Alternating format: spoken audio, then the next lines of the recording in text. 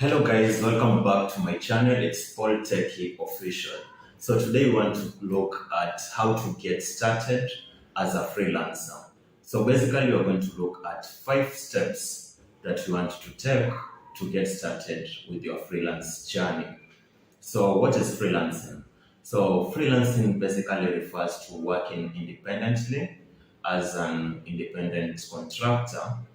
Contrary to what it's believed is that all freelancers are online or remote workers, which is not the case. So what defines a freelancer is the fact that they are working independently. So they are going after contracts, working independently as a company.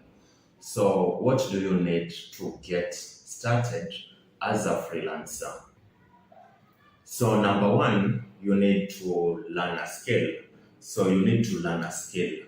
Get a skill to learn, let's say, like coding or copywriting. So basically, the world today is on a point that you don't work for hours to be paid, or you're not paid for the hours that you are working, but the values that you are adding to a company.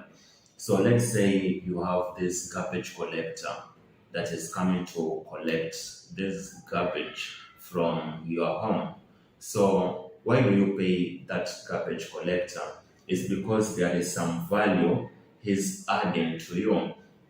So he's kind of taking your problems and making that problem theirs. So who wouldn't love when you take their problems away? So basically, you need a skill. So this skill is what you're going to use to solve a problem. So it's all about solving problems in the so in the track, you need that skill that you need so that you can go and figure out certain problem that people are facing. Then from there you use the skill so that you can solve a particular problem. So you need to start by learning a skill that is required or that is trending. Because at the moment we have coding, so you can learn coding, you can learn online writing, you can learn copywriting. So these are some of the skills that you can learn so that you can help solve particular problem within companies. So maybe let's say you have a company that needs a website. So you won't be able to deliver the website if you don't have a skill of web design. So possibly you will need that skill. So the first thing, this is the most important thing that most people kind of jump away from it. So you find people, let's say they want to start a freelance business, but they don't have that skill that is required. So you want to be a freelancer, but now you don't have the skill, then you end up saying you're not getting clients, but the problem starts with not having the required skill set. So number one, learn a skill. Then number two, set up a portfolio of yourself. So have a portfolio. It can be a website that has things about you or a bio about you. So you can set up a small website whereby you can have your skills listed or the projects that you've done listed, because clients will want to know if you've done past jobs in related tasks that they want to give you. So it doesn't have to be from past clients. You can have your side hustle or your side projects. You can include that in your portfolio and say, I've worked on this. Maybe if it's about coding, you can create an e-commerce system and say, this is a project that I've done. So it doesn't necessarily has to be a client-based project. It can be a side project. So let's say if you are a carpenter, for example, and you want to venture into freelancing, whereby you want to be an independent contractor. So maybe if you've not got clients to showcase your business, you can start by creating stuffs for yourself. Let's say by creating a table for yourself, creating a bed for yourself. Then when a client comes, you can say, these are some of the works that I've done. So necessarily it doesn't need to be a client-based project. So you can create a project, a side project for yourself, which you use to show clients what you are capable of.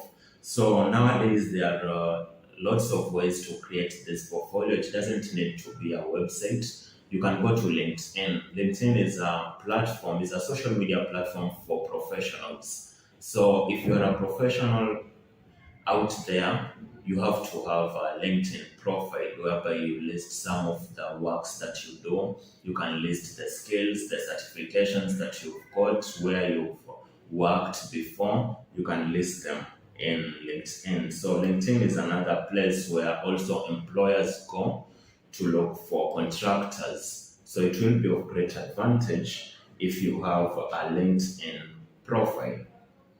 So number three, set up your working environment. So working environment, I mean, where do you want to base your work, or what times are you willing to work? Because realize that as a freelancer, you won't be working with a boss. So meaning you have to set up everything for yourself.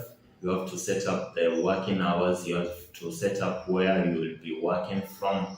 So all these, they are usually catered on an employee basis. But now as a contractor, it's very difficult because there is no one pushing you to the very end to deliver a job, or to start to come up with the time that is required.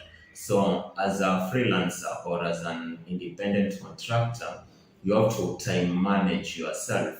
So, you have to be very disciplined in terms of time, in terms of where you are supposed to be. So, set up a working environment. Start by setting up the place where you will be working from. So, don't just be working from anywhere. Yeah, you can work from anywhere as a freelancer, but it will be best if you have a place where you can say, my workshop, this is my workstation. So set up like if you have a place where you can say, my workshop, this is my workstation. So set up like a workstation. It can be a table, a chair. If you are working online, you can have a laptop and also connectivity, that is for working online.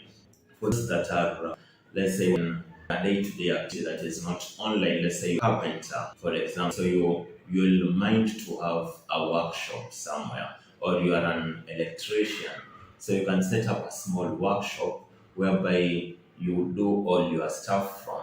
Once you get a contract from, and that is from. If you are a programmer, for example, that is set up a desk, a table. I mean, you can set up a table, a chair, and also you'll need to have a laptop and also net connectivity. So that will be a good start, and you need to be disciplined in terms of time. So set the times that you are willing to work, because as a freelance or as a freelancer, you are your own boss. So there is no one will be ringing the bell for you that it is 8 a.m. You need to go to work. So you have to have self-discipline. Number four, find your target clients. Where do you expect to get your clients from? That is one question you should be asking yourself.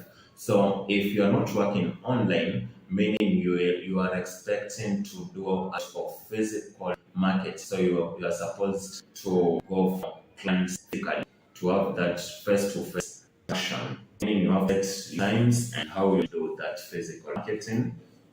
But when you are online freelancer, it means your clients are online.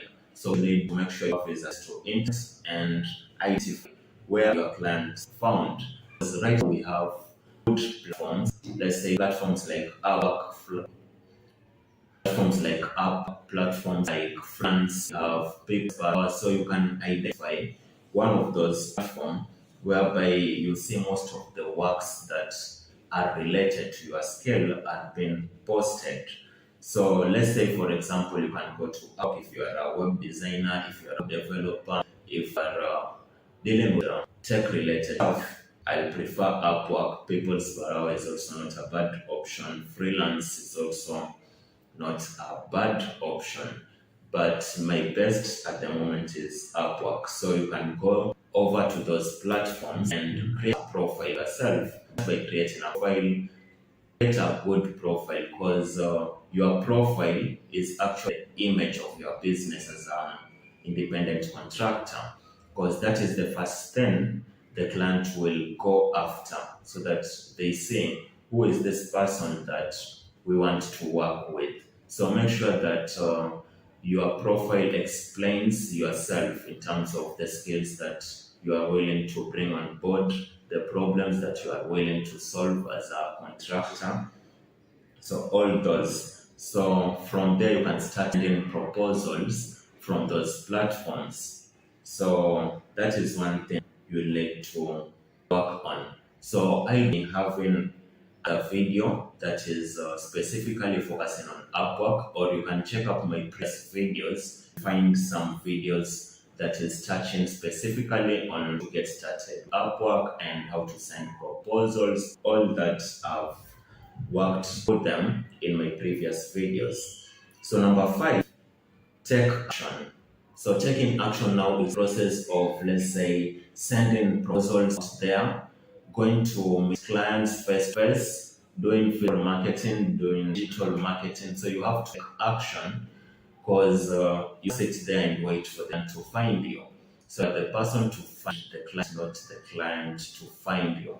So once you found a client, you want to give your all, because it's your first time. If it's your first client, you want to give your all so that this client can be willing for a long-term relationship, and will also be a good start whereby they will be, let's say, referring you to other clients. So thank you guys. So those are the 5 things that you should consider when you are starting out as a freelance. So thank you for watching this video. Please don't mind to hit the subscribe button and also like and share this video so that we can spread the freelance gospel. Thank you. See you.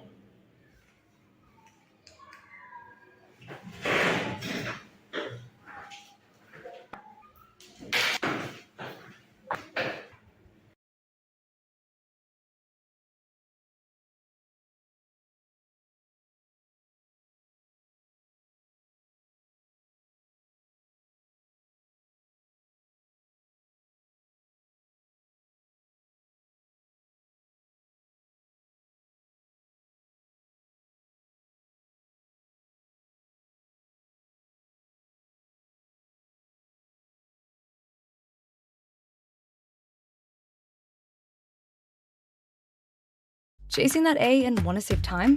Grammarly makes editing one click simpler. We can help make complex rewrites and nuanced word choices quick and easy. Like, really easy.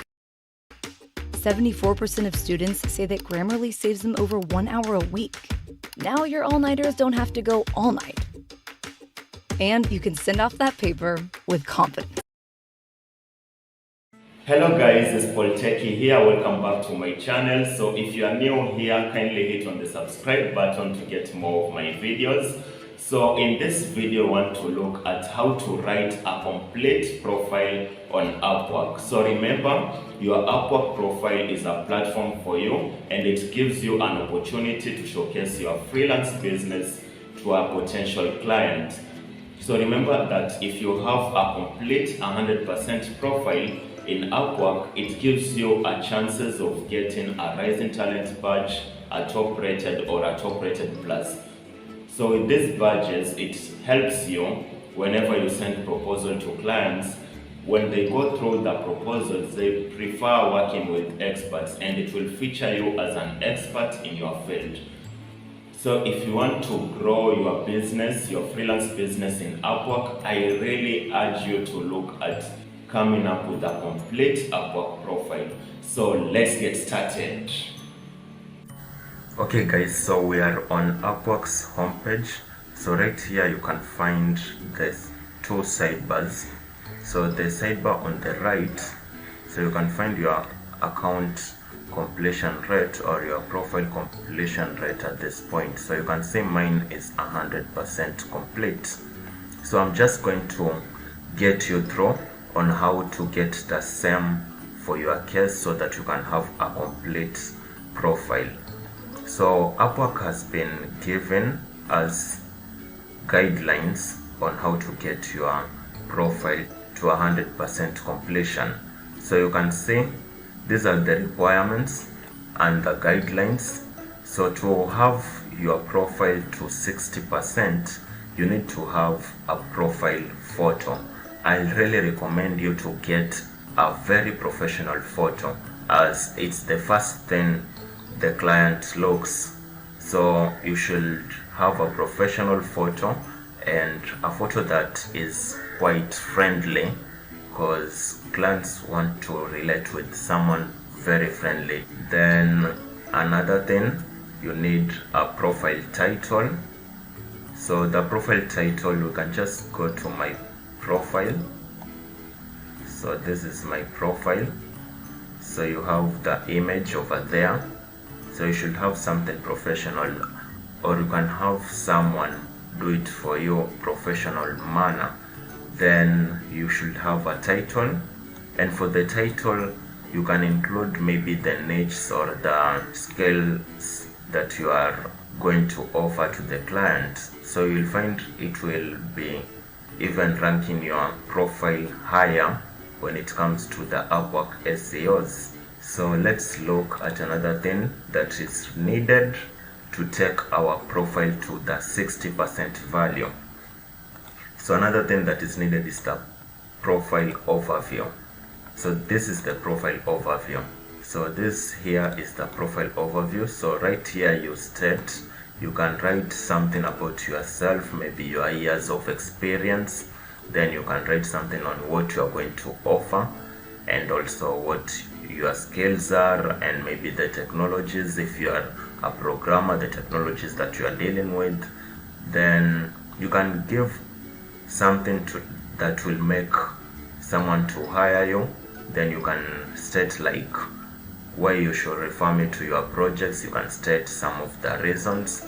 Then down here you can always let the clients know that you are available and ready for a new project, and you can always start an interview together. So this will increases your chances of being invited to interviews when you ask for invitation on your profile overview. So once you've done that, there is employment history. You should include your employment history. So the employment history, so as you can see, I have my employment history included right here. So this is also going to add value so that we can reach the 60% mark. Then another thing you need at least one skill tag. So you need to add at least one skill tag. So the tags are right here. So you'll need to include at least one skill tag. For me, I've listed like more than 10 of them here, because the more you list them, the higher your rankings and your chances of being invited or matching the client's need. So once you've done all of this, so there are 5 of them. So once you've included all of this, then you should get a 60% value on your profile. Then we have the optional 40 to make it 100. So the optional 40 comes from the portfolio. So you need to include your portfolio. So you can see right here they are stating 5% each. So meaning maximum we can get is 20%. Meaning to get the 20%, you need to add at least 4 portfolio items. So you can look at my profile. For me, I've added 7, so I've exceeded the 4, but only 4 will add up to my percentage value increment. for everyone I'll be getting 5%, so meaning I'll get 20% increment, meaning if I was at 60%, then now I'm already at 80, so I only need 20 more. So just by adding an employment history, let's say like 2, it should take me to 100, because once I've got the 20 from the portfolio item, then I add 2 employment history, then I'll get the other 20% remaining to make my profile to 100%. So there are also others included here. You can add your education, the same. If you add 2 of your education history, you can get a maximum of 20%. Then adding a profile video, I really insist on this. It will add you 10%, but I can say try to be unique. Most of the freelancers don't have the profile video, but I guess it's something that it will put the trust and some relationship of you with the client. So if a client looks at your profile, when they see your profile video, they see the person that they want to hire. Let's say if you have a profile video that is very friendly, that is indicating what the clients need from you, so it's like before an interview you are already having a conversation with the client, so client will be like, you are not that new, as opposed to those who don't have a profile video, because already it's like they've already met you. So the profile video is an added advantage. I really recommend you to add a profile video. You can see mine have included a profile video right there. Another thing, you can link accounts, you can add certification, you can add other experiences. So all this will add you to go to the maximum of 100%. So you just look what is there, what you have, then you can include what meets you or what you have to meet the 100%. So once you've done that, you should be able now to have 100% profile. Having 100% profile makes you suitable to be given badges in Upwork, because we have badges like we have rising talent, we have top rated, and we also have the top rated plus. So those badges are going to show to the clients that you are capable of doing the work, as you are an expert in those fields. So having a complete profile is going to make you a candidate of those badges, and it's also going to show the client that you are very good at what you are doing. So I like you to focus much on improving your profile, as this is like your curriculum vitae or your CV when it comes to Upwork. So I hope you've learned the basic needs and the guidelines that are required to come up with a complete profile. Hi guys, I hope you loved the video. So I hope that this is going to help you to come up with a complete Upwork profile. And let me know in the comment section below if you love the video, and also the videos that you recommend me to make in the future. So thank you, see you. Okay, class, who would like to do problem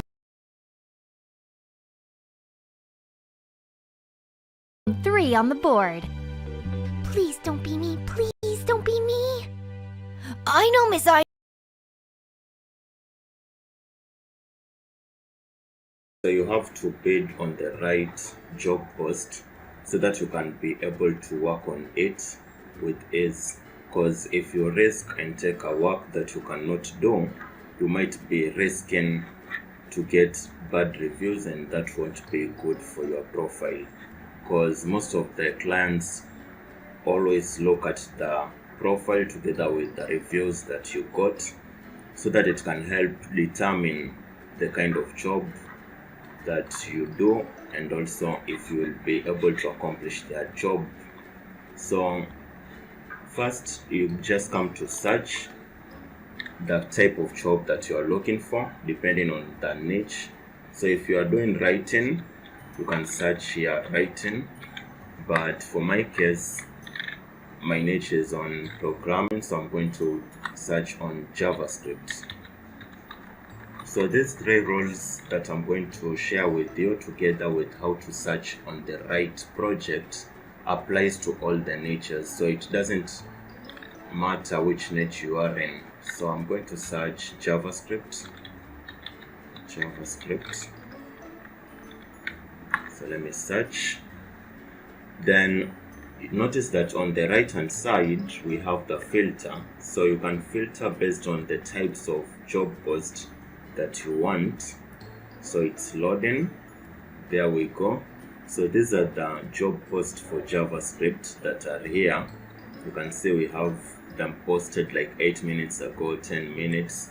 So you can, the first thing, make sure that you come to the filter side and filter out the type of jobs you are looking for. So if you are a beginner, I really recommend you select the entry-level jobs, because these are clients that are looking for beginners.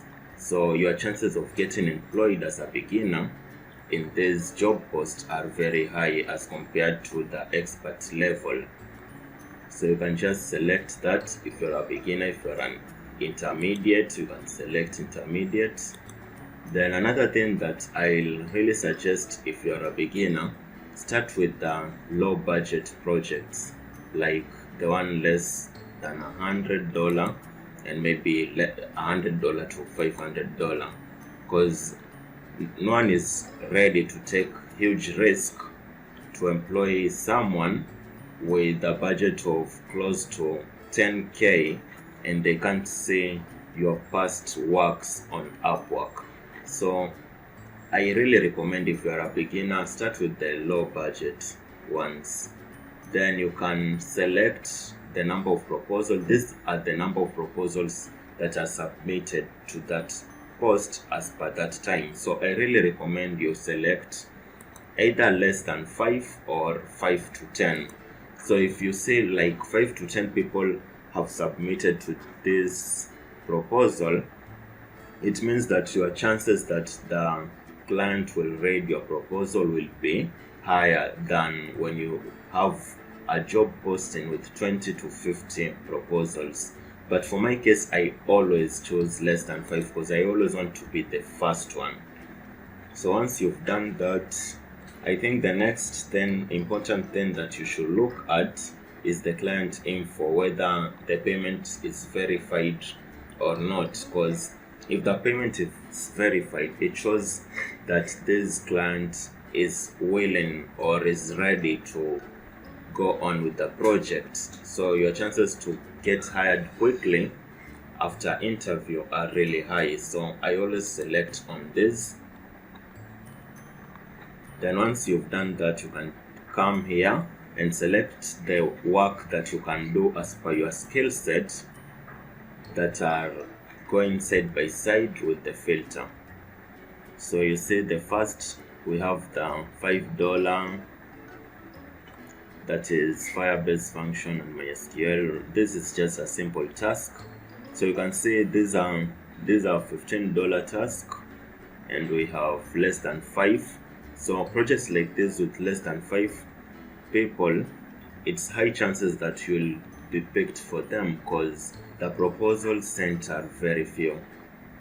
Like if I was to bid on a project right now, I could have selected on this. We have that $200 budget here, and it's for entry level, and you have that the client has spent like $300. So this means that the client has a history of hiring, thereby your chances to get hired are high. So I could also have selected this project. So let me select this, then we see what we need to know that is inside the job post. So this is the job posting that is here. Then we have the requirements of the clients, the pricing, then the level of expertise, it's right here. then also the attachments.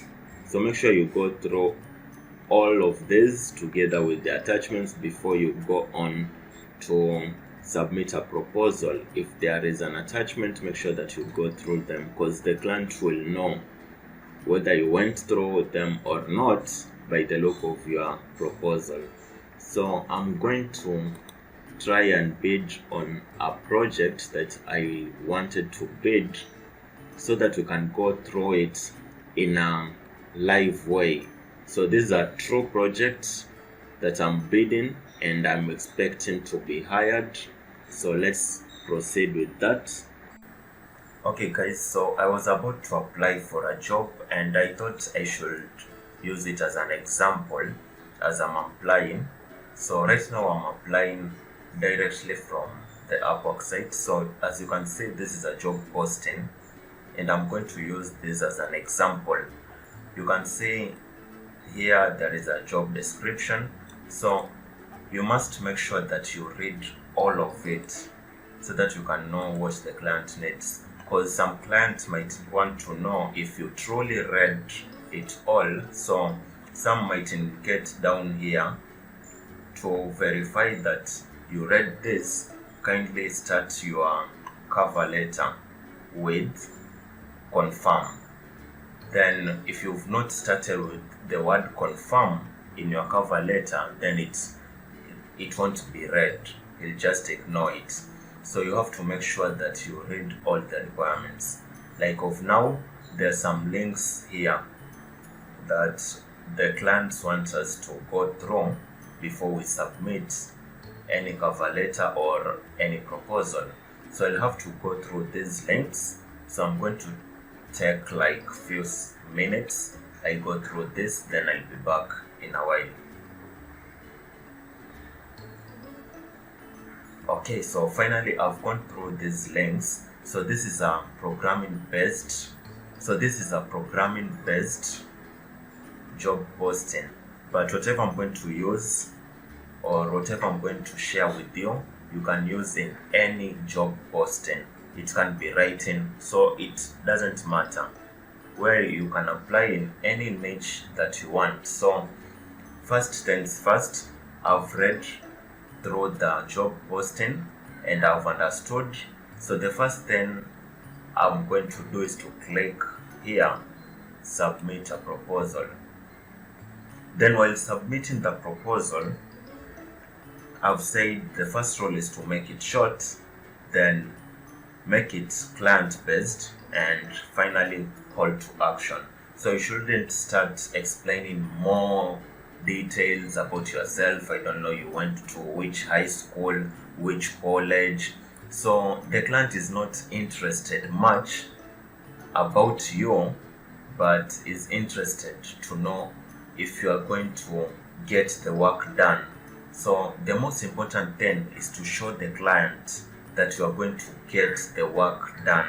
So another thing, before we go to the proposal, maybe we can check some other details here to see if we can find the name of the client. So you can imagine if you get an email, then it starts with your name, hello Paul. So it really catches your attention. You are like, are these people knowing me? So the same way, if you can find the client name somewhere, maybe on the job posting or the previous works is done with other freelancers, maybe on the reviews, you can find some freelancers name them when they are giving them reviews. So you can find their names here. Like right here we have this, there's a freelancer that names this by name. So I'm going to take this name, so I'm just going to copy it, then I'll paste it on my proposal, and make sure that each of your proposal are based with the client. So you shouldn't have a proposal that is a copy and paste. So we can come here. So according to the client budget, this is a fixed project, so I'm going to leave it as a fixed project. So I'll come down here in the cover letter, then I begin, hello, Then I'll enter the name right there, the name that I've got from the reviews of the previous freelancers. So let's say if you call someone by name, you get their attention. So we've written there, we've salute with the name of the client. So the next thing is to show the client how interested you are when you saw the post. So you can say things like, I got excited looking at your post because I find myself very much suitable for this work. Then you list the reason why you find yourself suitable. So like here, I can just say, hello, when I saw this job posting, it really jumped out at me, or it got me excited, as I am good at Node.js. So you can see right here, we've got the attention of the client by calling by name. Then the next thing we've done, we've shown our excitement to the client. Like, when I saw your job posting, it really got me excited and I'm good in Node.js. So here we've given the reason why it got us excited. So the other thing is to focus on the client. So making it client side, this will be taken from the job posting. So just go to the job posting, get the keywordings. Like in this job posting, we get that it's about bug solving and updating the project that is based on Node.js, Python, and React. So you can just come here and include the stacks. So Node.js, Python, and React. Then I can include that I can solve bugs within few times, and also I can help in updating the software. So right here, we've included what the clients want us to do for him or her in the second sentence. So you can see this is the main thing that the clients want us to do. Then since right here you can see, please study the following pages. So it might be PDFs, they can include PDFs, they can include links. So right here they've included links. So we have to tell them that we had gone through the links. So I'll just come here so that they can see how interested we are. Is that we can include, I went through the links in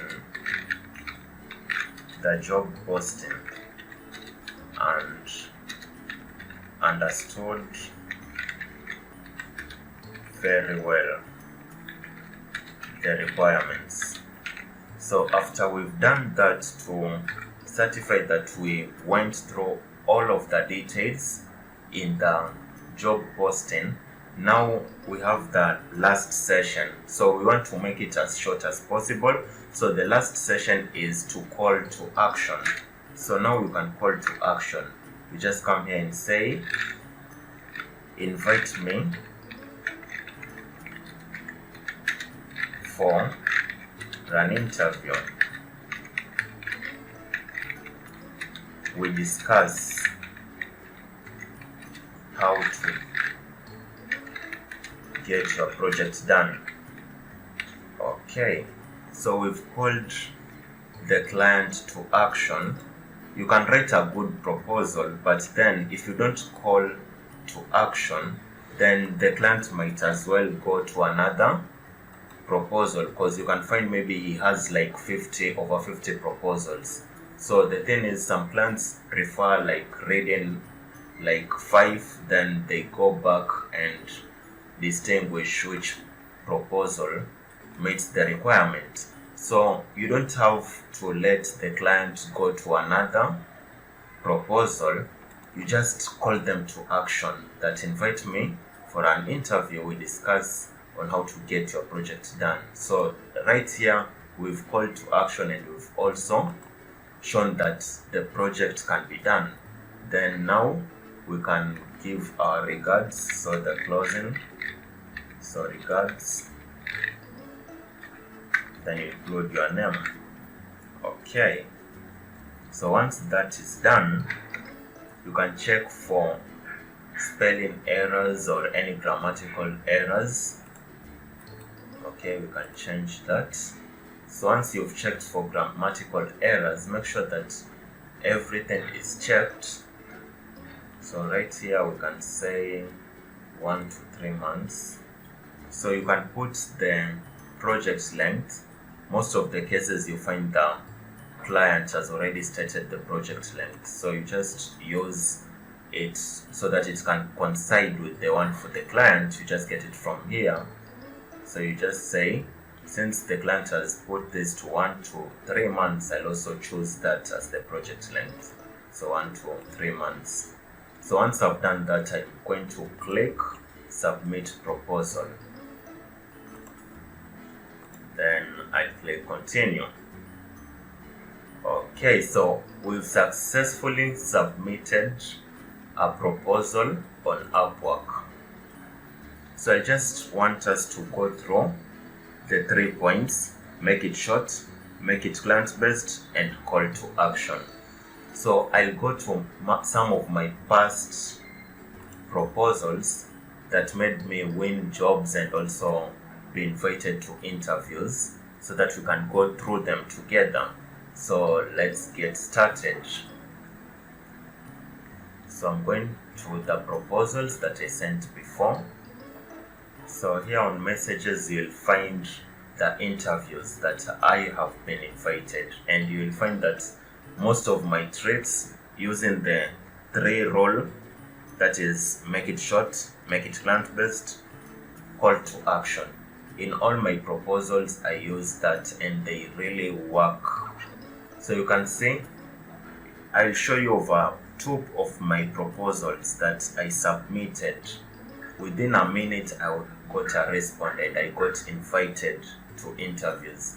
So I'm going to also elaborate that. So you can see this is an example of a proposal that I sent, and this is today on 24th of August 2021. So this is 5:17 a.m. By this time I was awake. I know some of you are sleeping, I'm just kidding. So you can see I just wrote a single line, and that was it. I just said I am a node developer. I can help adding features into your application. Invite me for an interview. We discuss about how we can get your project done. So the first portion I was introducing myself. Then the second portion I was actually addressing what the client needs. Then the last one is the call to action.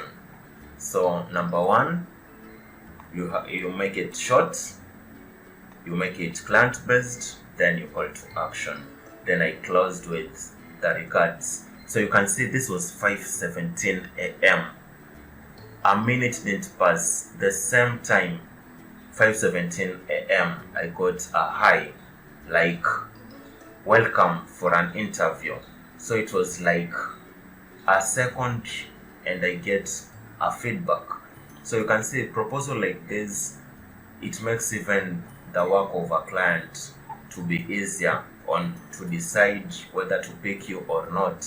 Because one thing you must know is that a man of few words is a man of action. So okay, the more shorter your words are, it's going to show the clients that this is a man of action. So that is another thing that I really follow. If you're a man of few words, then you must be a man of actions. So you go direct to the point, introduce yourself, go direct to the point on the client side, tell the client what you will offer to them, then call to action. Ask the client to invite you for an interview.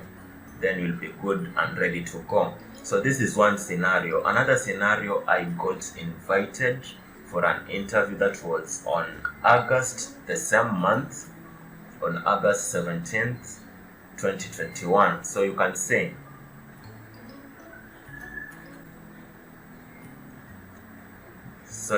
this is August 2021 on August 15th. So this was 8:17 a.m., 8:37 a.m. And on the same time, a minute didn't pass, 8:37 a.m., I got an interview invitation.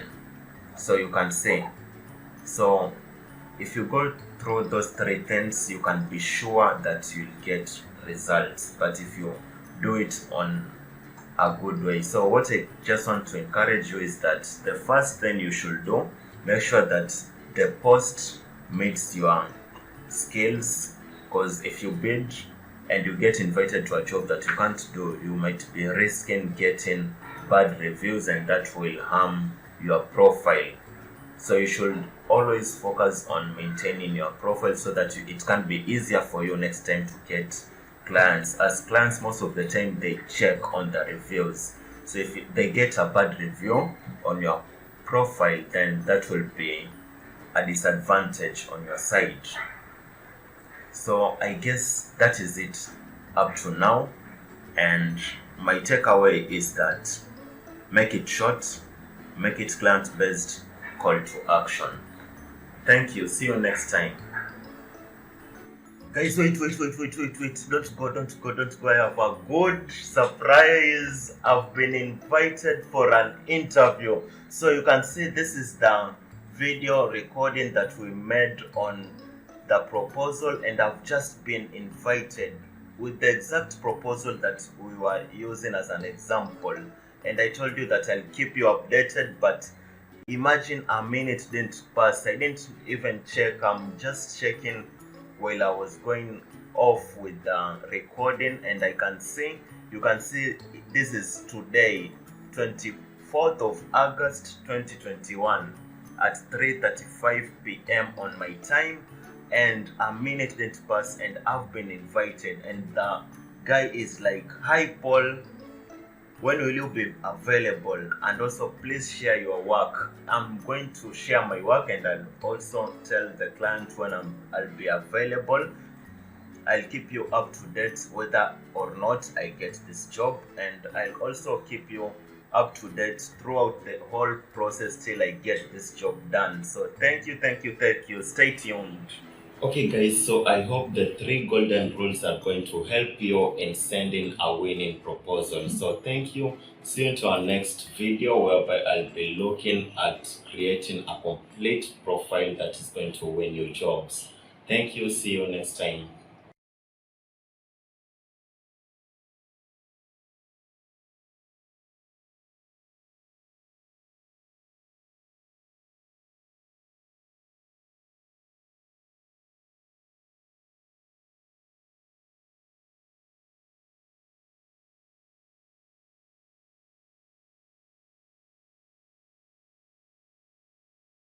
You have a great website. Let's make sure people see it. GoDaddy hosting is fast, secure, and always online. Get the help you need with our expert support available at any time. Trust your site to GoDaddy, the world's #1 web host. Learn more at godaddy.com.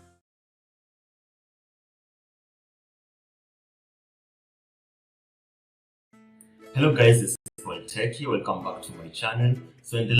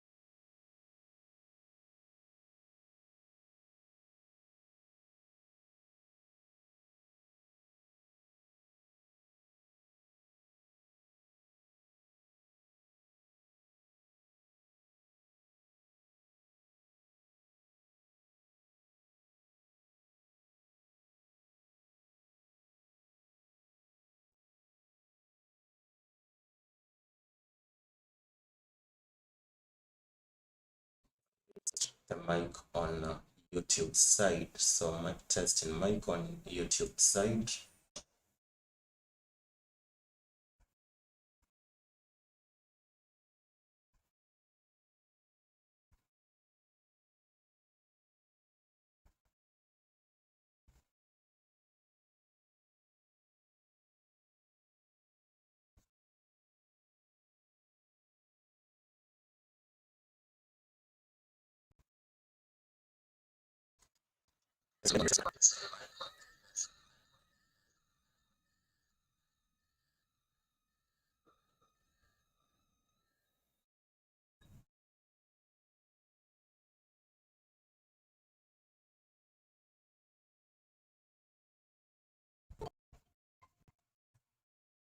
You guys are joining, thank you.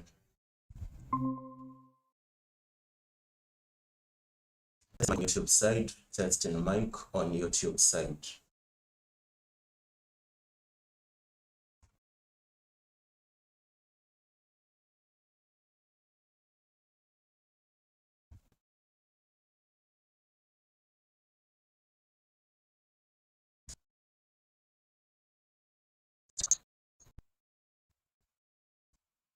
Again, final test on YouTube side.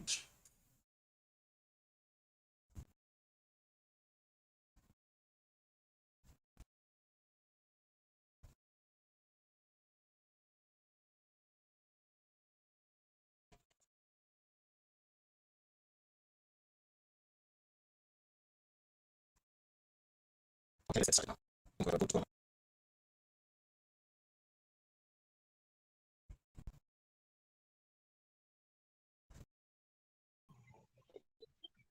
So we are good to go. We are good to go. So let's go.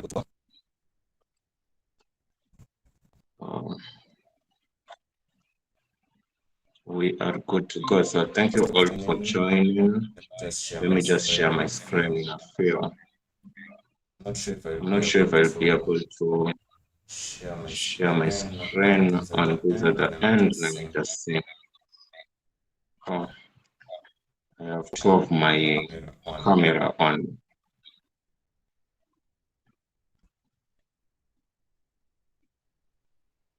Okay, so we begin.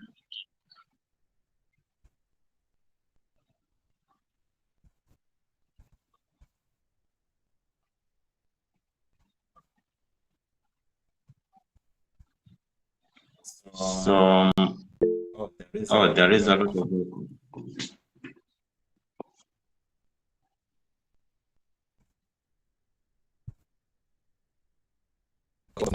I'll just confirm for me, is the sound okay? Am I audible enough?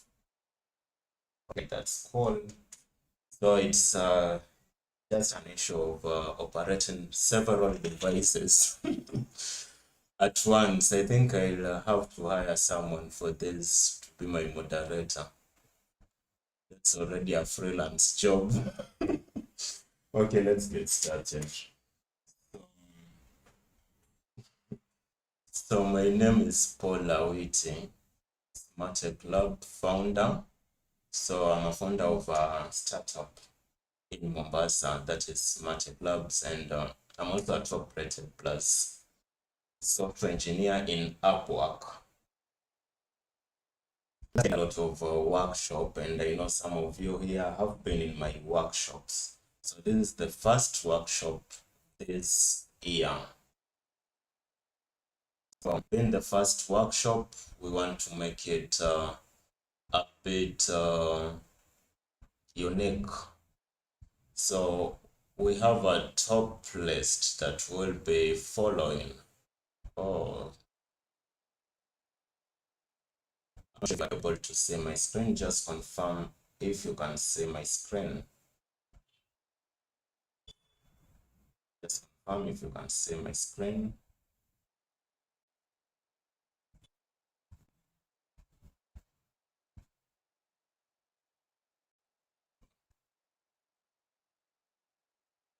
Share the screen, then you see everything that I'm doing.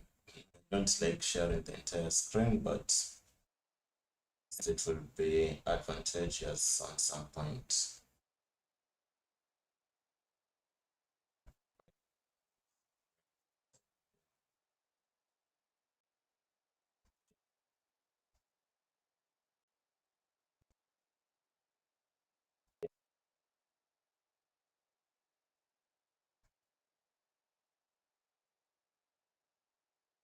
So I'm running on another laptop with HHD. I prefer running on an SSD drive. So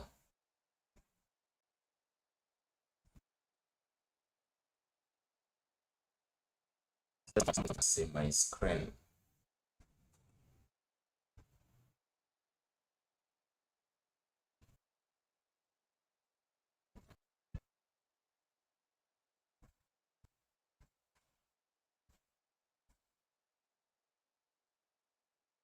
Now, as you can see my screen.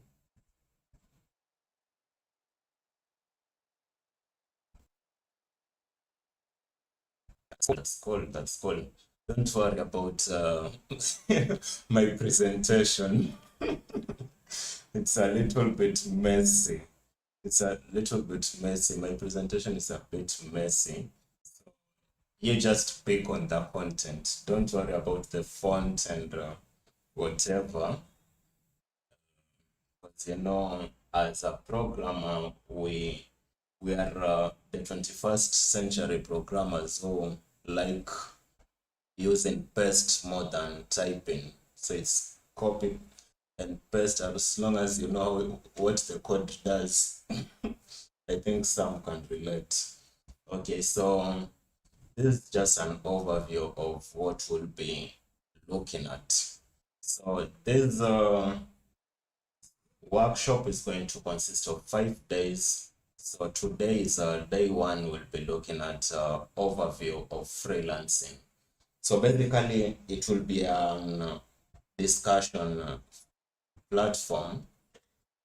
So we'll just be sharing our views, because actually we are all here to learn, so I'll be posing some question. If someone feels like you'll be free to raise your concerns or answers. Okay, so since we are on freelance, what is freelance? What is freelancing? The best way to start this workshop. So what is freelance? Anyone maybe has an idea of, or you can put in your own terms for understanding what is freelance. What is freelance? You can, if you feel like shy, being shy, understand some are shy when it comes to sharing, so you can feel free like sharing on the comment or on the chat area. So you can share on the chat area, or you can unmute and join the conversation. So what is freelancing? So the correct I'll be awarding airtimes in this workshop, throughout this workshop. So the correct term, I'll be awarding, for every correct term, I'll be awarding 100 airtime. So this is the first one. So who is the first one to get an airtime from my end?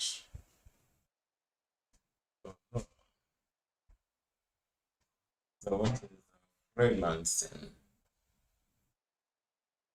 The right string.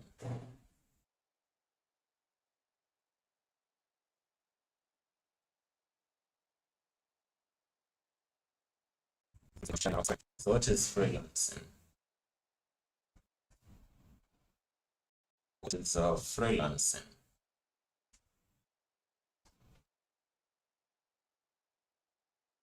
Just proceed and share your views on the chat area.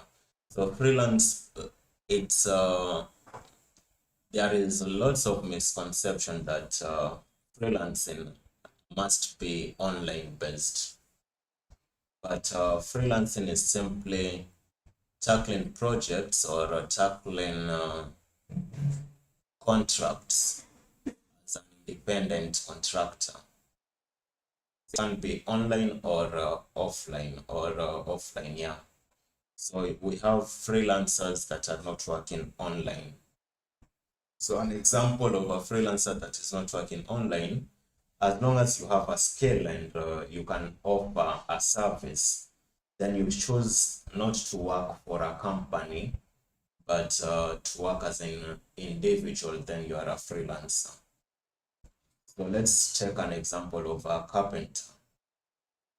The carpenter can choose to start his own workshop and get projects and work on those projects from his workshop independently. So that's an offline freelancer. Then when it comes to an online freelancer, this is a person that now is working remotely, meaning there has to be an internet connectivity. So those are the two terms that you can define a freelancer with. So most of the time people take freelancers to be working online, but we have both offline and online freelancers. Okay, so still I can't share my screen, I don't know why, but all in all, we can proceed. So how can you, so we'll be basically focusing on digital or remote freelancing. So the question is, how can you make money online as a freelancer? Of course, the reward or the motivation shouldn't be just making money, because as long as you focus on delivering a service, then of course that will just follow. So what are some of the ways that I've been using? to make money online, or that you can use to make money online. So number one, you can practice. So if you are a programmer, for example, if you have some coding skills, then you can work on your skills and provide a service using your skills.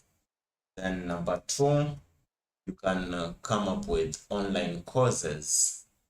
So if you have your skill and maybe you've tried providing services, the way it's very hard to get your first clients. So you can decide maybe to create a job for yourself by creating courses. Like an example of platform where you can create courses and post to is Upwork. I mean, not Upwork, but Udemy. So I have tried Udemy before. It's also a good platform for the start. Also, you can have your own website where you can market your courses. So Peter, welcome. So we've just been defining the terms related to freelancing, and we've termed that we have two types of freelancers, that is offline and digital freelancers. So the digital freelancers, they work remotely through internet connectivity, while offline, they work maybe from a workshop, but now they have to find, when it comes to finding the marketplace, maybe they'll have to visit the potential clients physically or market using the traditional methods. So a freelancer, a coder can also be an offline freelancer.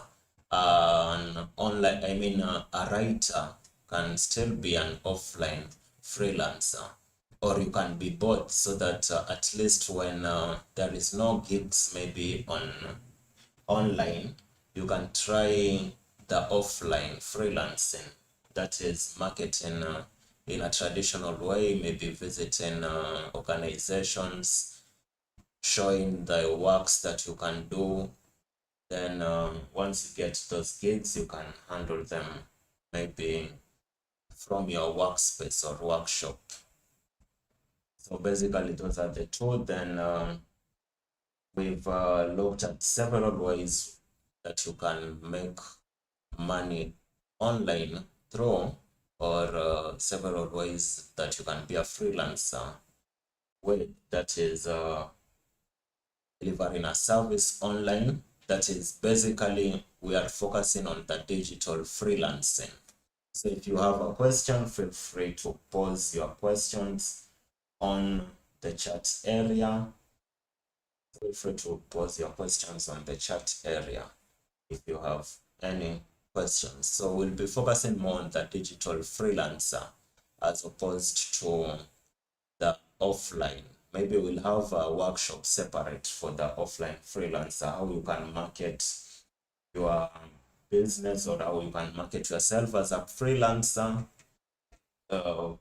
using traditional ways, that is moving from one organization to another physically, attending physical interviews, but now you are not restricted to one company. So you are not working for a company, you are working independently. That's the term that refers to freelancing. That's the only difference with the freelancers and other workers, or the jobs. So you might be doing the same job, but now for you, you are not entitled maybe on a single company. So it means that you work independently. You are an entity by yourself. Okay, so we've looked at several ways. One of the ways is delivering a service. Then number two, we've said you can create courses. So you can create courses of anything. Let's say if you have a skill of writing, you can teach people how to give an approach to writing skills. If you're a coder, maybe you can create courses on coding classes. So that is basically when you want to approach it in coding perspective, I mean in creating courses. So you can be an affiliate marketer also as a freelancer. You can be a affiliate marketer. So maybe this can apply in cases where you have someone else provide a service, so you decide to market for them so that you get a commission from them. So maybe someone else have created a course, so you can market for their course and later on get a commission out of that. So, or you can choose to market for a product. Some products, let's say like if for Kenyans, I think if you've worked with which is this hosting platform, it's called Truehost. They have a good commission. I think for those who know Erico Bank from ICT Kenya, he's one of the affiliates in Truehost, and he has made a couple of a good amount from just using affiliate marketing with Truehost. So you can identify a company or a platform that you want to work for as an affiliate marketer, then you can advertise for them and get a commission. So basically that's another way that you can earn money through working online. So you can also check on you can create books.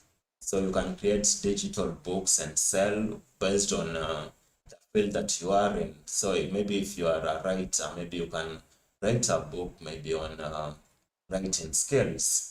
Then you can share your content, because right now the good thing is that we have the content there in the internet, but now the content is never enough. It's just like food industry. So you notice that most of the people that are in the food industry, maybe you will get like 5 hotels have aligned themselves, but no matter the competition, they'll all get, let's say, customers or clients, because people eat on daily basis. People do it because you'll just get hungry as compared to, let's say, selling what? Compared to selling what is these things that are just fancy for fancy. Uh, let's say you are selling cameras, or you are selling watch. So if you are selling a watch, it's not a basic commodity. So someone can survive without a watch. As long as I have my phone, I can check the watch. I mean the time from my phone. So basically not necessarily need a watch. So, but when it comes to food, everyday people eat. Everyday people eat. Every now and then, if you are full today, after some several hours, you'll be hungry again. So the same with content. Content is like food. So as long as you are in the content industry, you will not be like saying that there is lots of competition. Yes, there will be competition, but your content will be unique in a certain way, and people will just love it. So you can choose to create courses, or come up with books that teaches what you do, and maybe you can post them in platform that supports such a product, or you can have your own website and post your products over there. So basically, those are the few ways I've just listed, those ways that I personally am using, because I've tried them out, because I don't want to list things that maybe later on you'll be like, oh, you guy, have you even tried this? So those couple of ways that I've shared are ways that I've tried and they work, if only you do it or you approach in the right way. So again, if you have any queries, feel free to forward your queries to the chat area, or you can unmute and ask any question that you have. So basically, now maybe what we can focus on, sorry I can't share my screen at the moment, because we are live, I think on YouTube, we are live here on Gmeet, and I'm running on a laptop that has HHD. My other laptop is not near me, with the one with SSD, so this one is a bit slower, so it can't handle all those requests. So for today, you will allow me just to proceed without the screen presentation. But nevertheless, if we'll have any questions, feel free to ask. So next then maybe we'll be looking at is what do you need to get started in freelancing? So remember, we've not yet narrowed down to Upwork in specific, as this workshop was specifically targeting Upwork. But now we've not yet narrowed down to Upwork, because this is just an introductory session. It's just an overview session. So we've looked at freelancing, that is the term freelancing, the different types of freelancers, different ways that you can freelance, that is different ways you can use to make money online. I basically don't like to use the terms making money online, because it makes it look easier, of which is tough. I won't lie that freelancing is easy, but if you do it the right way, of course, it gets easier. Because I couldn't imagine that someday I'll be handling clients online. So it's something that takes time and consistency.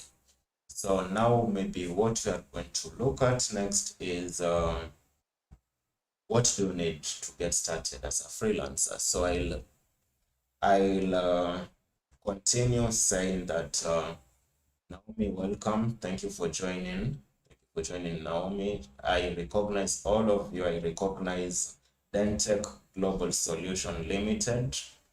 So, I recognize Peter Kagude. I recognize, I believe, I think this is not the real name, but we recognize you. I believe. I am smiling. That already makes me smile. We recognize David Gitenji. We recognize, this is hard, Leroy. I hope I've pronounced it well. Leroy Mohobi. So we proceed. Oh, okay, so let's proceed. So where were we? Again, sorry, I can't share my screen today, but I'll try my level best in tomorrow's section. It's going to be lit. I'm going to share my screen. I'm going to share the required articles. And I'll also leave a link maybe to my YouTube channel, so that you can access whatever we have here today. So what do you need to get started as a freelancer? A simple guess. My airtime offer is still on. So the one who guess correctly as per what as per what is in my brain gets the offer. So the offer is still on. The offer is still on. Someone. What is that? That's what you must get. I mean, that you must have to begin freelancing. What is that one thing that you must have as a freelancer? So look at what you need to end freelancing. Okay, is there, I hope, still an internet connection. I hope I'm clear. My voice is clear. I hope my voice is clear. So I believe, I said one, I said 1. You've mentioned 3, which all of them are right, but I just need one answer. Okay, I just need one answer. What is that one thing that you must have? I see people are shying away from. You must have a skill, of course. So skill is the answer. So Leroy, I hope you are coming from ICT Kenya. Maybe you hook up so that you get your airtime. I hope if it's not Safaricom, because it's Safaricom, it will be depleted in seconds. Just kidding. So let's proceed. So you need a skill. So most of the time, people rush and jump this stage. That number 1, you must focus on your skill before you focus on anything else. So I'll be listing what you need. So number 1 is a skill, as Leroy has listed. So you need a skill, and not only a skill, a high income skill. A high income skill, not just a skill, because you might have a skill but it's not in demand. So you might be, let's say you might go get a carpenter skill, then you come to Upwork, then you are like, let me get carpentry work on Upwork. So it means that one is not in demand on that scenario. So it must be a high income skill. So focus on your skill. That is number 1 before you proceed. They say you learn, then earn. So you learn before you can earn. So most of the times you get people introduced to working online without skills. Maybe someone has bought, so I don't like this scenario where people buy these accounts, because it's basically showing what is not you, because client's expectation is that you'll be supposed to deliver based on your profile. So if you buy a profile, or if you buy an account and you're not able to deliver as per what the account is expected to, because maybe you've got an account, maybe if it is an Upwork account, you've bought an Upwork account from a top rated or an expert vetted freelancer. It means that they require that you produce a very high result, then you'll not be able to. So number 1, I advise people, focus on your skills. It's better you lock yourself for 3 to 6 months, sharpen your skill, then come out here and work on them, or show the world what you can do. So number 1, high income skills. Then number 2, what you need now to focus to after learning a high income skill, it's now to brand yourself. Brand yourself. What do people think of immediately they hear your name? That's a question you should be posing. What's the first thing people think? If, let's say, what will be the first thing that your friends, your relatives can define you with? Maybe one of them is asked, who is David, who is Leroy, who is Peter, who is Naomi, who is Paul? So how can they define you? So that is your brand. But as of me, everything that I do around social media, people say that you shouldn't be in social media, but in today's world, if you want to work online, you must have an active face on social media.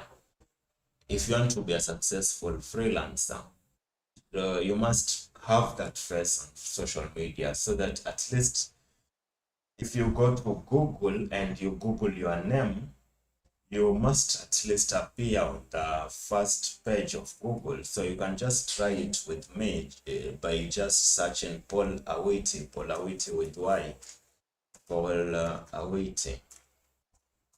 So you will see like the first page is filled with my information, meaning meaning I've tried to brand myself. So you'll see the information for Paul Awiti and it will be tech related. So you must brand yourself. As much as you're on social media, it's not enough. It means that you must brand yourself to a certain niche. So not that you are a software engineer, but if people search your name, they say things related to comedy. It means that it's not aligned with you. So it will be very hard for people, especially recruiters, to check up and find more information about you. Because normally if you get invited to interviews, even the online interviews, the recruiters like to do their research before they get into an interview with you. So at least have a face, brand yourself. At least if someone maybe is looking for someone to provide a service, at least your friends can mention your name because they know that so and so does this type of work. So it will be easier even to get clients both online and also physical, because you've branded yourself to the niche or to a certain market. Let's say if it is the software development market or the online writing market. So that's number 2. So brand yourself. Then number 3, find the right market or the right audience. Find the market. So find the market. Oh, it's not typing here. So find the market, that is number 3, or find a platform, find an audience for your service. Because right now, when you brand yourself, it means that you've come up with services that you can provide. So number 1, you'll have a skill, yes. Number 2, with that branding, you will have come up with services that you offer. So you not only now have a skill, but you also have a service that you offer. So that is number 2. Now you will need to take this service, because you're not going to sell a skill, you're going to sell a service. So if you are a writer, you're not going to sell writing, because just saying I'm a writer is not enough. So it means at least if you maybe writing is very broad, you have article writing, you have blog writing, you have technical writing. So you must brand yourself and say, I offer this service. So service is what you will be selling, of which this service you will need the skill to execute. So it's like, this is our arms. We have arms of government, but now this is arms of freelancing. This is arms of freelancing. So arm number 1, scale. I just remember that joke, but it's kind of political. Someone said there is 4 arms of government, then they named one politician, of which, if you know, you know. I just laughed. So this is this is arms of freelancing. So we have skills. So you have to focus on your skill. Then we have branding. So you have to brand yourself to a service that you will be offering. And you must narrow it down to one certain niche. So just saying I'm a software engineer, it's not enough, because software engineering is very wide. We have web development, we have application, mobile app development, desktop development. We have a couple of things to be developed. So just saying you are a software engineer is not enough. Just saying you are an online writer, it's not enough, because we have a couple of niche that is that you can focus on. So narrow it down. So number 3, find the market. This is now the audience. This is now the clients that you are focusing on.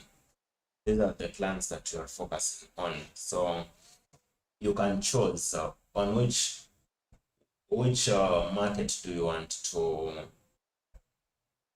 go with. Maybe you want to find a market maybe on the, let's say, Google market, or if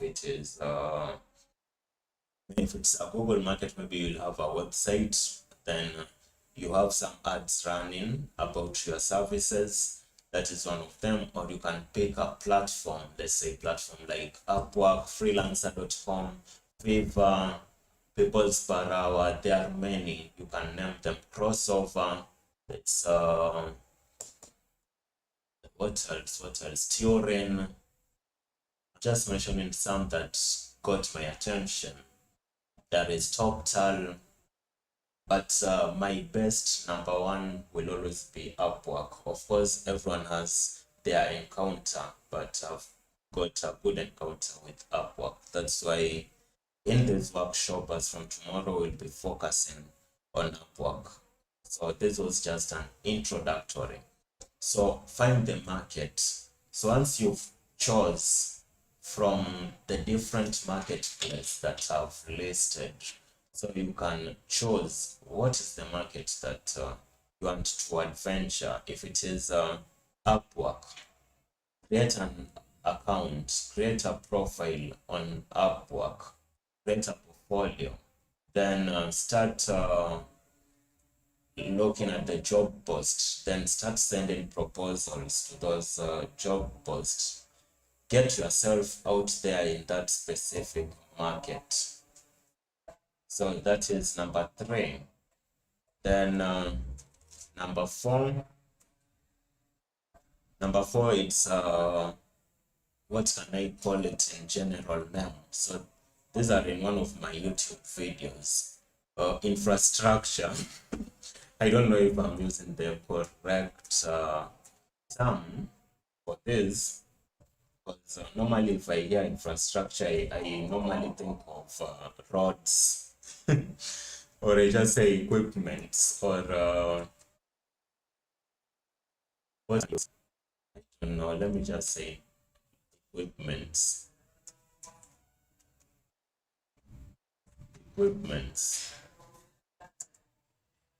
I'm typing a bit faster, so if I misspell, as long as you get it.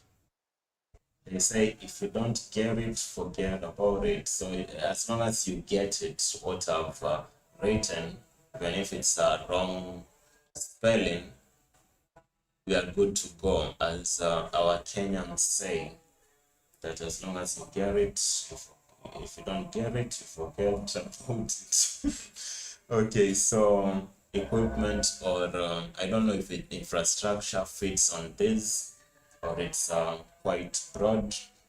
By this, I just mean what you need now, aside from the service, aside from the skill. You will need equipments like, maybe if you are running remote work, you'll need a laptop. You will need, but these are the most important one, and I will mention the reason as to why. So you'll need a laptop, of course, because you'll be executing all your works through the laptop. So the laptop is the one that will be now converting your skill to the service. Then it's the one that you'll be using to brand yourself. It's the one that you'll be using to find the right market with.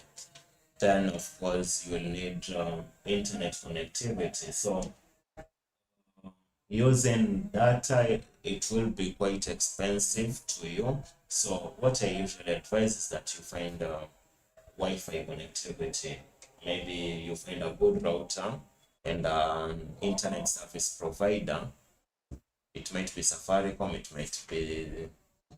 might be fiber, it might be Airtel. You just get a service provider that you find fits well to whatever you do, so that stream or you don't go to an interview, then this internet service fails you. So it must be reliable internet. So you will need internet connectivity, you need a laptop, you need a microphone, because sometimes you have a microphone and headphone. So if you don't have that, you can just get the earphone that, because I remember I started with an earphone, the earphone that has both the microphone, okay, guess all are microphone after all. So a good earphone, if you can afford a microphone, a professional microphone and a professional headset, the better, because you'll be invited to interviews and they'll need you to contribute, or you'll need to hear what they're saying in that online interview, since it's not a physical interview. You'll also need a webcam. Some clients like to have that personal interaction. Oh, you're welcome. So some clients want to have that personal interactions with their service providers. So they need that personal interaction, face-to-face interaction. So they'll ask you maybe to put your webcam on. So you'll need a webcam. So you need a webcam, you need a headset and a microphone, or just an earphone in case of budget. If you are running on a low budget, you can just have an earphone, because it will still do the work, as long as, or maybe if your laptop already have that webcam. Of course, to some extent, the webcam in most of the laptops are not that clear. So that's why there is a need that as you expand your business, because now you are shifting to freelancing, it reaches a point now you take the freelance as a business. Now you are not only focusing on running it's still running independently, but now it's now freelance business. So you are running a freelance business. Later on, you can even hire other people in case you have extra work in your plate. Okay, so number 5. So we've talked of having the right skills, high income skills, then brand yourself. Then we've said find the market. Then we've said the equipments that are necessary. The equipments that are necessary. I think those 4 should make you good.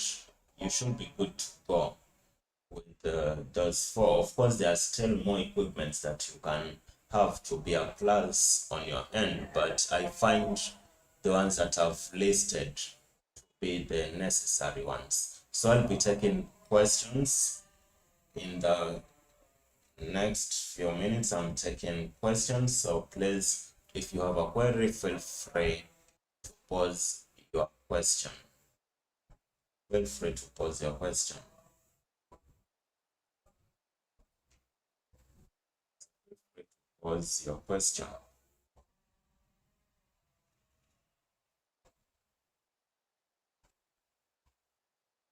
Any query, any question?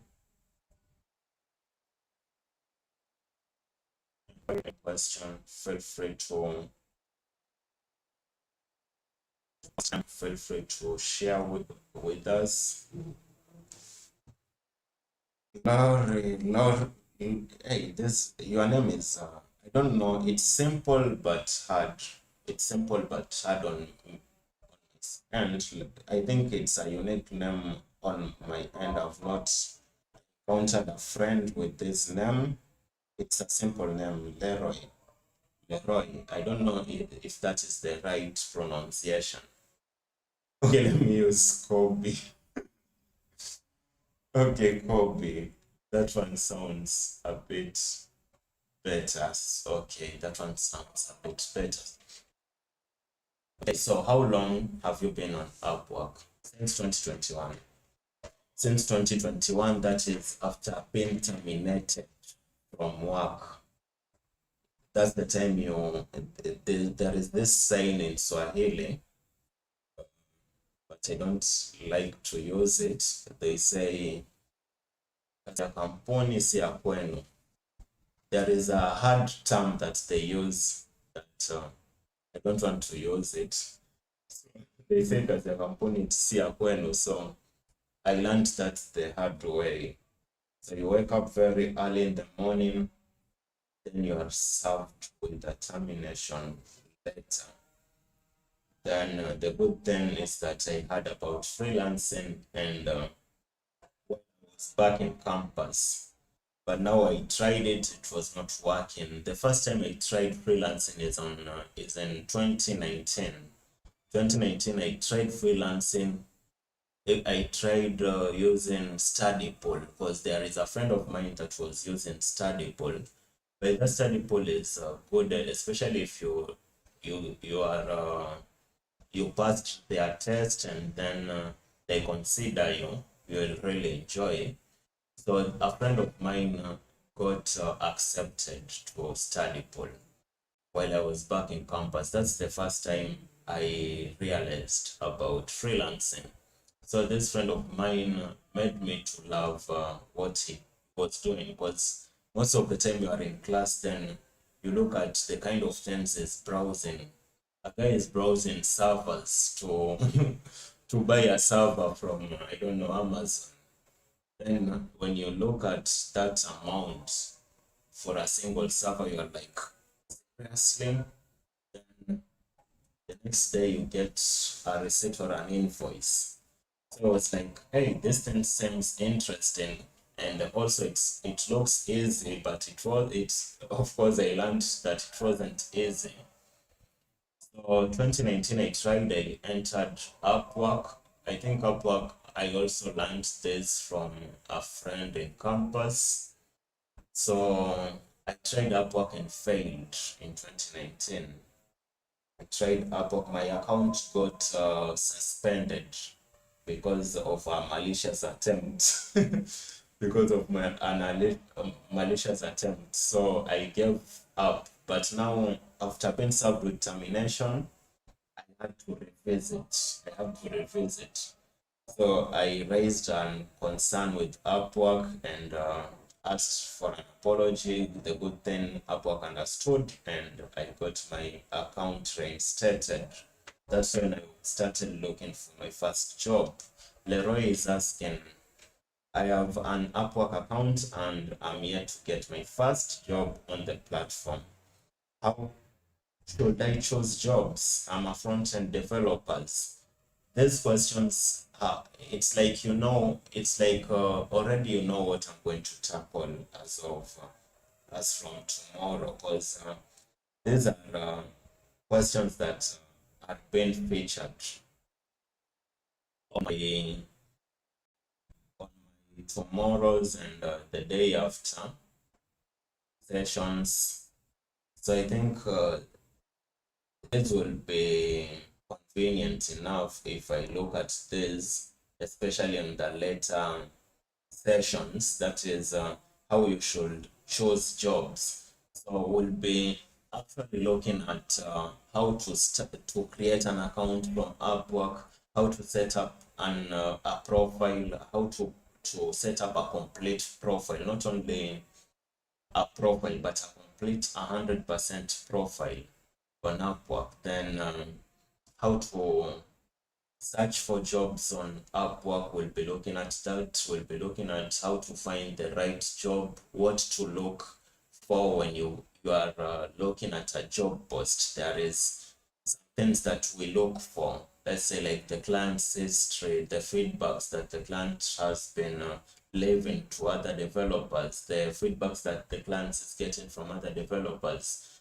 the amount the client has spent on Upwork. So there is a lot of things that you have to consider, especially if you've found that job that you want to send a proposal to. So all that will be looking in later sessions.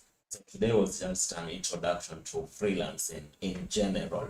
So as of tomorrow, it's when we'll be focusing now on Upwork. So this was just a general knowledge of freelancing. Then we'll also look at how to not bypassing, but how to make it a bit easier getting your first job. Of course, it's the hard thing for any freelancer out there, not even freelancer, but also those in 9 to 5 jobs. They'll also testify that getting their first company to work with was an issue, because you go to a company, they ask you what is your experience, then you are like, you are direct from campus, so you don't have experience, and they need someone with like 2 years experience in the company. Get the airtime I've won. Okay, if you are from so Leroy, if you're from ICT Kenya, just go and check on the admins. Just check on the admins, then you'll get my number over there, 0707140904.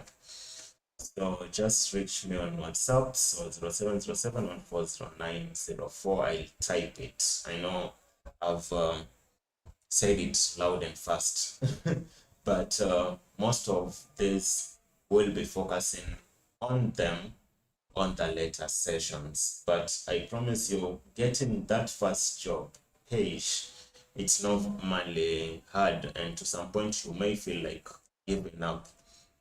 It's just like when you go to Amazon or when you go to Jumia, if you want to buy something online, what's the first thing you check on? You will check on the reviews of a product. If you get a bad review, you won't buy the product. If you get the product that doesn't have a review, you will be 50-50. Should I buy it or not? Because you are not sure of your expectation results. So it makes it even harder to get your first client if you don't have previous jobs on Upwork. So there is a number of ways that I will suggest in the later sessions that you can use to get your first Upwork job that will speed up, or that will jumpstart. I don't know the right term to use, but it's going to make it easier for other clients now to consider you, because they'll always need to have a point of reference. I think that I've answered your point when it comes to first job in Upwork. I remember it took me months, but with the knowledge that I have, if I was to start all over again, I think within 3 weeks, or even less, or even 2 weeks, or even 1 week, 1 to 3 weeks, I should get my first job. Because your first job, you have to work for it. I'll explain how later sessions. So any other question from anyone else? So those are good questions, of which we'll be approaching them. 0707140904, that's my WhatsApp number, but I think this is my business number. I have a printing business, but let me give my personal number.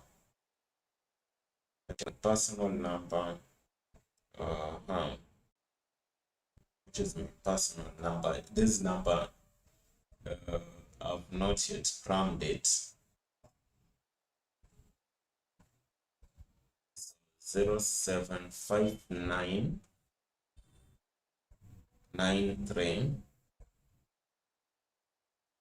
787.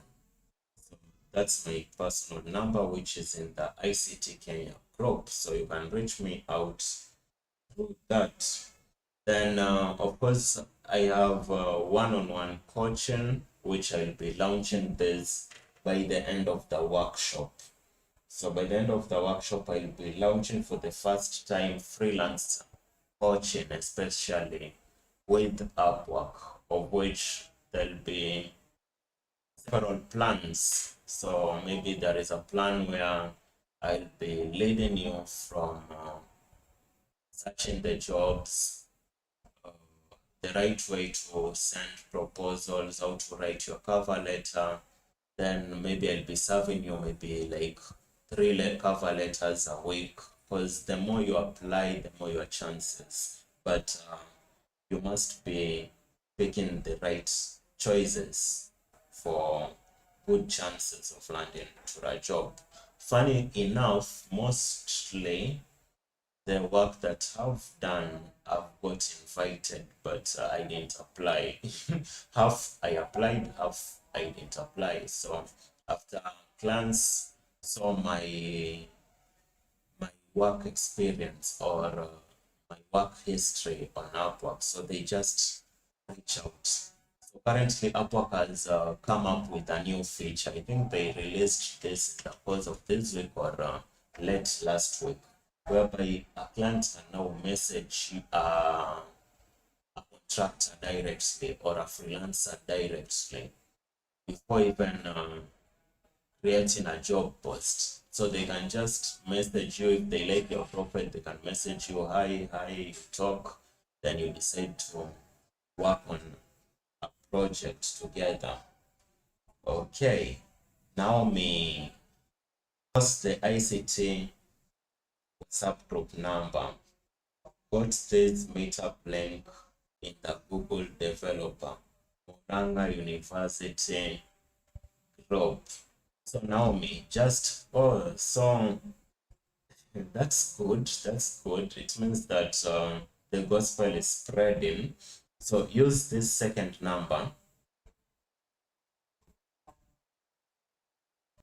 I got this meetup link in the Google Developer Muranga University group. Okay, so are you in ICT Kenya group?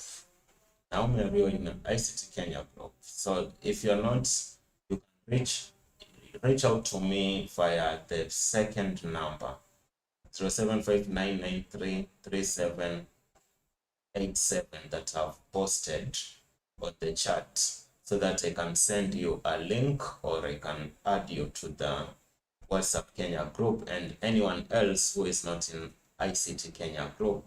So again, there is my number. Let me post it here. Control-V. Okay, there you go. So tomorrow I'll be live with a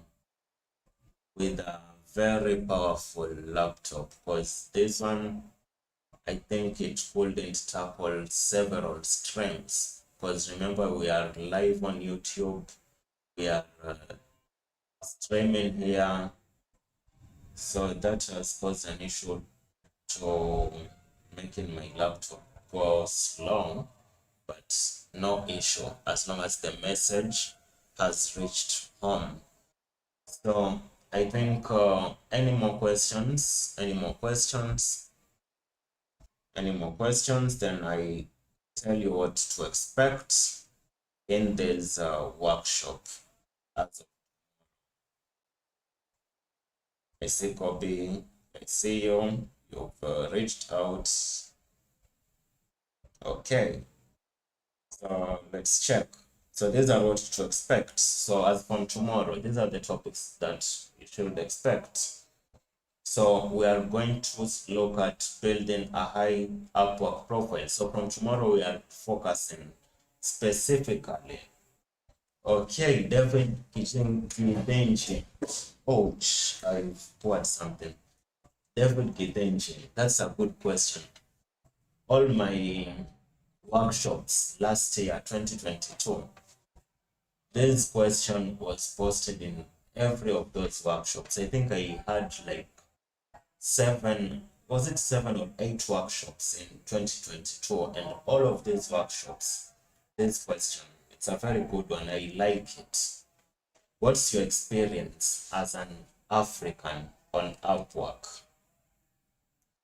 what's your experience? I can't complain. I've got a very good experience because most of the time you get people that are working online, starting from online writers. They are like, should we get a VPN maybe so that we can switch our location maybe to read another country aside from Africa? Is Africa a disadvantage if you are coming from Africa? That's a misconception as per my experience, as per what I've experienced, especially with Upwork. I don't know of other platforms, but with Upwork, I've had a good experience because there is even some job posts that they are like, they want talents from Africa. So if you're not from Africa, you're not allowed to bid from those job posts, or maybe you will send proposals, but the client won't consider you because some clients are like, we want to have a different test because they've worked with especially if you are working with clients from the states, if you are working with clients from Western region in specific, the Western. Most of the time, I prefer not to work with clients from the East. Is it from the East or what? Where we have Indians. I'm not being racist. I'm not being racist, but those regions I've had very bad experience with them because maybe will be paid peanuts, or even if the client will pay you, but later on you will get like bad reviews. It's just that it's not that we don't get bad reviews. Sometimes you get bad reviews, but being a top rated plus in Upwork, you are able to filter out some reviews. So I've had very good experience just being African. So sometimes people, race can be disadvantageous, but again, sometimes the racism acts on our advantage because you'll get a job post. Let's say I remember there is a certain job post that I got. So most of the people that freelancers that sent proposal to that specific job, they were from the West. So I was the only African. So you can imagine we got invited to an interview, more than 50, more than 50 freelancers. Then what I can say was the only African in that job post. So it's like maybe you've been shortlisted until you are like 4 of you shortlisted.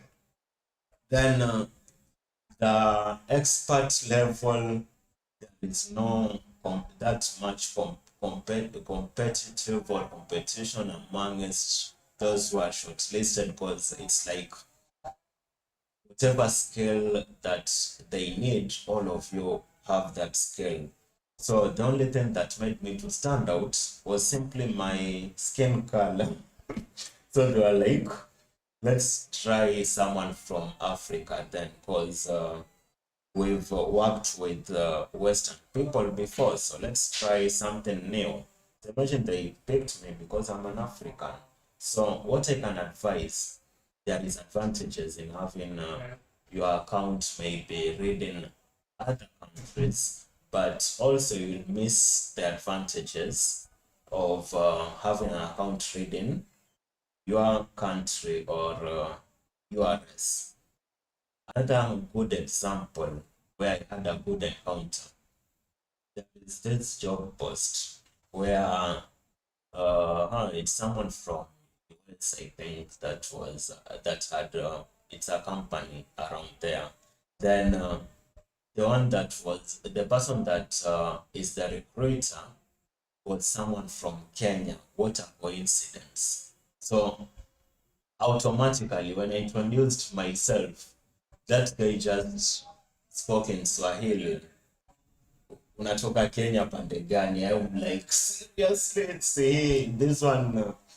Ni ile unasema hii ndo umewahi. Hii ndo umewahi. So I was like, hii interview nishapita. Because if it is a Kenyan, my fellow Kenyan is the one on the interview panel. So guess what? I got the job. I got the job. The good thing is that Kenyans out there, they love each other a lot as compared to when we are together here in the country. We love each other when we are out of the country. Do you underquote? Or overquote? No, I don't underquote. I don't overquote. I see some jobs with over 50 proposals. How about that? Don't apply to those. Okay, what I'm saying is that I applied to that specific job. Then, of course, later on, other people come and so apply. So at the time that I was applying, I was amongst the the first five to apply. I was amongst the first five. Normally, I advise people, if you are looking to apply to this freelance, look at the number of proposals that have been sent, so that it gives you the high chances of a client to check to your proposals. So I normally apply if the proposals are less than 5, nothing more than that. But to some instance, I also check between 5 to 10 proposals. That's also okay. So also we'll be looking at this in the letter. We'll be looking at this, the number of proposals. This is one factor that you consider when you look at which job post to apply or send proposals to. That is one of the factors that we'll be looking at in the later sessions. And do you underquote? Do you overquote? I've said I don't underquote, I don't overquote. So it takes experience to know what to charge your client. Sometimes the clients, especially in Upwork, most of the clients are very knowledgeable. You'll get maybe a client already, he's doing what he's offering. Let's say if it's a writing job post, you might get the client has experience in writing. If it's a programming job post, you will get the client has that programming experience. So already they know what to expect from your side. So you'll get, they'll have a good and a clear job post with also details of the charges that they are willing to pay. So now it's upon you to say, is this what fits my rate? Because personally, you should have your rate before you compare your rates with your client. So after working in several jobs, you will know what rate to offer. So for me, I consider hourly. So once you know your hourly rate, now you can look at a project and say, this project can take me 40 hours to complete. So you just multiply the 40 hours times your hourly rate, then you get the fixed rate of the project. So it's just that simple. Any other query before I read on what to expect? The query.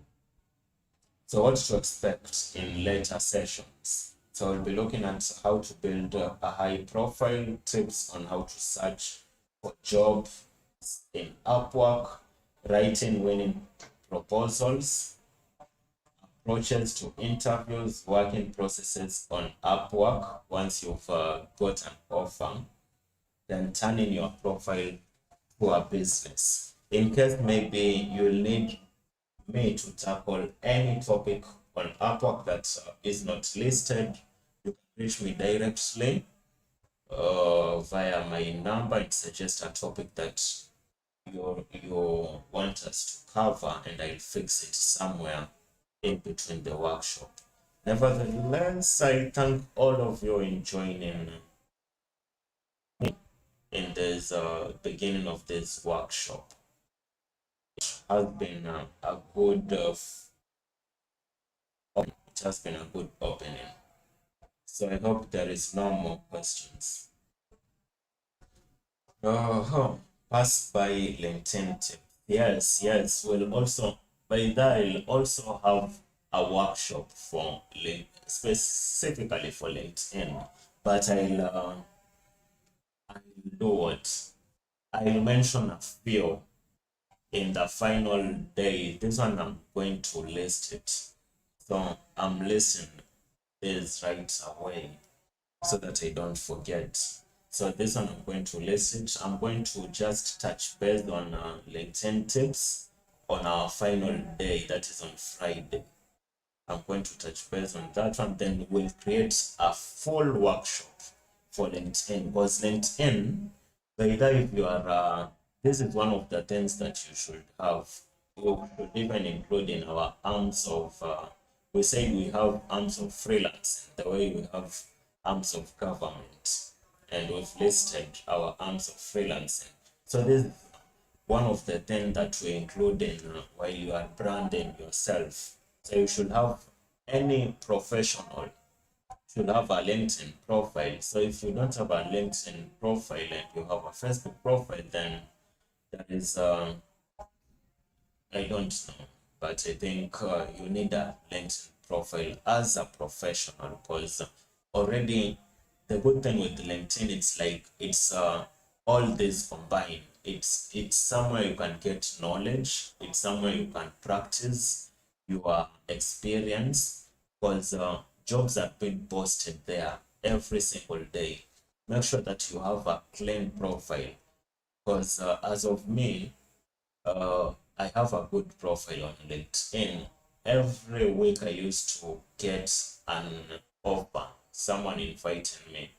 But once I added the title that I'm a founder of Smartech Labs, it seems now those offers started to be minimal, and I understand why, because already if someone looks at my profile, they presume that I have a startup and I can't work at an individual level. Okay, anything else that we should tackle before we wrap this up? So thank you all for joining. Anything else before we wrap this up? Anything else? It's been a good encounter. I hope to stay in touch with you guys. So remember, I'll be officially launching my coaching program, my freelance, especially freelance with Upwork, but generally freelance coaching. So I'll specifically launch this on Friday. Thank you for joining this. Saying goodbye is normally hard, but I think it's high time to say goodbye. It's been a good opening for 2023 freelance workshop.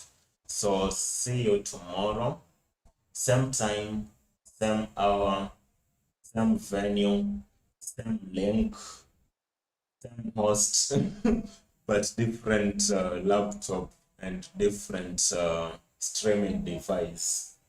So thank you all for joining. Thank you. See you on